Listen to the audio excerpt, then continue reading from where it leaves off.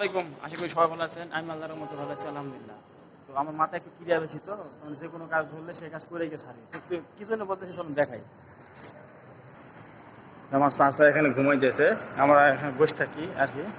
এই যে চাচা ঘুমাচ্ছে এখানে, এই টুলটা ভেঙে গেছে আর কি।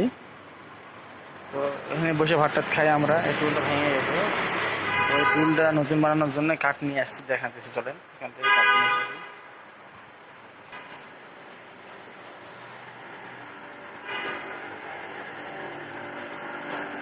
এই যে কাঠগুলো নিয়ে আইছি, এই যে এখানে সব কাঠগুলো আছে। তো এটা আমি আমি চেয়ারটা কীভাবে, আমার টুলটা কীভাবে বানাই দেখাবো।